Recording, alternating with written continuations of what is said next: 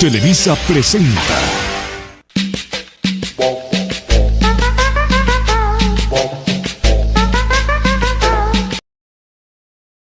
Es cierto que, al inicio de su gobierno, Díaz respetó y hasta promovió la idea antirreeleccionista. Sin embargo, en 1878 promovió una reforma constitucional que seguía prohibiendo la reelección, pero solo para periodos inmediatos. Su primer periodo presidencial fue de 1877 a 1880. Después de Díaz, gobernó su compadre Manuel González, sobre quien tenía gran influencia, y en 1884 retomó el poder para permanecer en él por muchos años. Su estilo de gobierno fue cambiando con el paso del tiempo y podríamos dividirlo en dos etapas diferentes.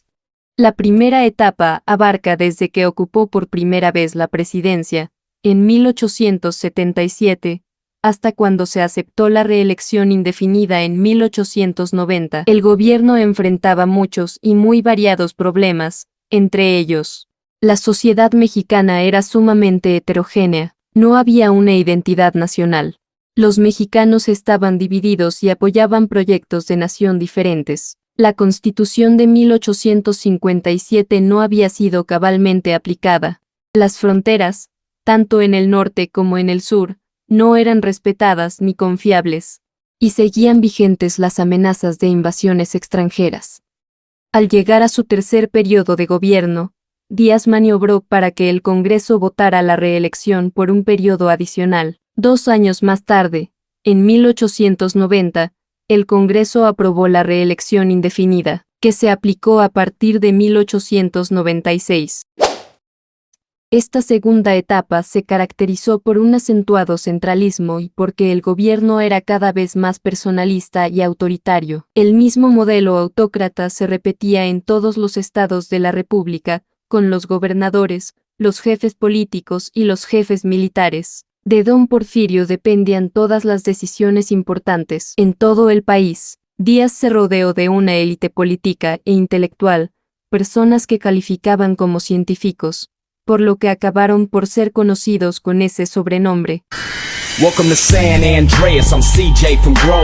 En esa época, la lucha ideológica contra el régimen porfirista se daba en la prensa. Circulaban muchos periódicos y algunos fueron combatidos por el gobierno, a pesar de que afirmaba que había libertad de prensa. Para 1910, el gobierno era una gerontocracia que impedía toda renovación. En los puestos de gobernadores, de integrantes del Congreso e incluso del Poder Judicial se había logrado la paz y el progreso, pero la libertad se había convertido en una meta lejana que, tal vez, se alcanzaría en un futuro. Díaz no tenía las mismas ideas que sus antepasados, basó su liberación en la idea liberal capitalista, terminó teniendo al poder a los ricos, tenía la paz bajo la idea de someter a los pobres. Con el tiempo los intereses fueron director a los extranjeros. En 1883, el campo fue dividido a los indígenas como un apoyo del gobierno, pero aprovechando la ignorancia y el analfabetismo de los indígenas, negoció sus tierras, haciéndolos trabajar para el gobierno en sus antiguas tierras. En estos años principalmente se produjo café, azúcar, tabaco y maíz, pero fue directo al extranjero y solo el maíz se usó para los paisanos.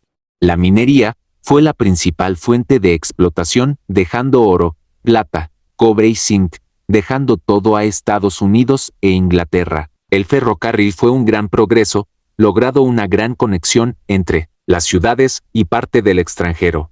En sí, había trabajo, pero los trabajadores eran explotados, había riqueza, pero no para el país. Con la ampliación de las líneas ferroviarias y la instalación de teléfonos y telégrafo, se mejoraron las comunicaciones y los caminos se volvieron más confiables, pues el régimen porfirista había acabado con los bandoleros. La mayoría de la población del país era rural, aunque lugares como Veracruz, Monterrey, Querétaro, Guanajuato, Torreón y Ciudad Juárez estaban creciendo rápidamente.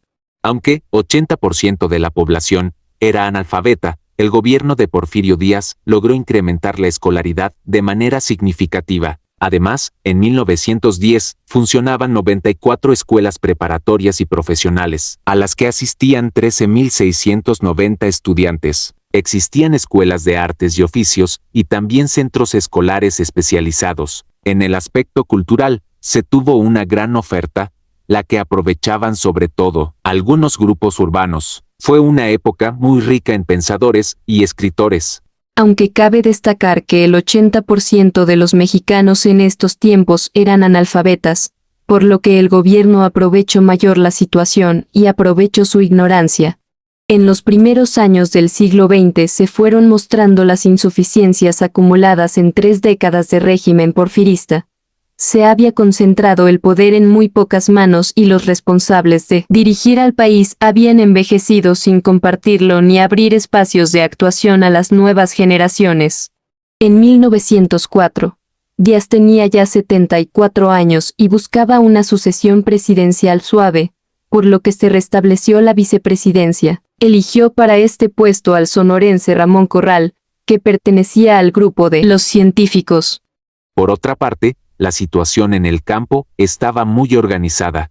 Existían los peones acasillados. Muchos patrones abusaban de ellos, pues les pagaban con vales que solo podían ser cambiados en tiendas donde los precios eran muy elevados. Así, tenían que adeudarse. Existían temporaleros, que trabajaban solamente en la época de cosecha. Aunque eran libres, no tenían ninguna seguridad y padecían mucho cuando había sequía. Arrendatarios, cultivaban la tierra de las haciendas a cambio de recibir una renta. Y medieros, que aportaban su trabajo y después partían por medio las cosechas con el dueño de la tierra, quien les aportaba la semilla y la yunta de bueyes.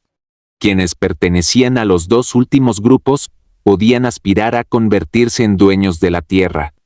En este tiempo hubo un aumento de la población que pasó de 9.5 millones de habitantes en 1877 a 15 millones en 1910, a pesar de la consigna liberal que decía gobernar es poblar.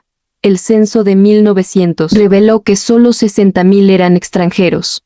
El gobierno de Díaz, al aplicar la fórmula poca política y mucha administración, dejó poco espacio a la participación social. No había actividad política ni se realizaba. Durante el porfiriato se explotaban los recursos naturales con mano de obra barata, además de capitales y tecnología extranjera. Con la instalación de las grandes fábricas, la clase obrera creció mucho, pero sometida a largas jornadas de trabajo y a salarios poco justos. El nuevo desarrollo económico, basado en la electricidad, el uso de la energía, el transporte urbano y el ferrocarril, definieron el fortalecimiento de un nuevo actor en la vida política de México. El movimiento obrero.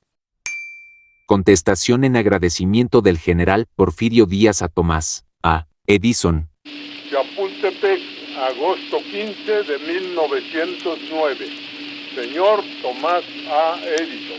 Ahora, estimado y buen amigo, me refiero a su grata 8 de julio. Yo también, como usted, recuerdo con placer el tiempo aquel en que tuve la satisfacción de conocerle y conocer sus atrevidos experimentos, haciéndome partícipe de su fe inquebrantable en el grandioso porvenir de las ciencias físicas.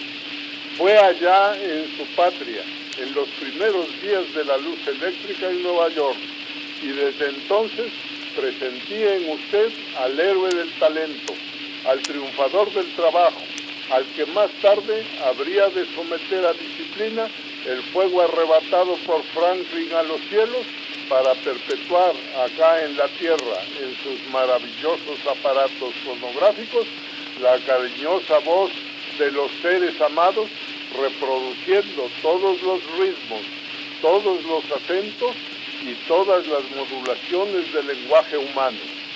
Me es grato complacerle porque tengo en muy alta estimación a los grandes benefactores de la humanidad y usted es uno de ellos, porque usted ha creado nuevas fuentes de felicidad, de bienestar y de riqueza para el género humano, utilizando las más poderosas fuerzas conocidas: luz, electricidad, trabajo y genio. Su amigo que con orgullo estrecha su mano, Porfirio Díaz.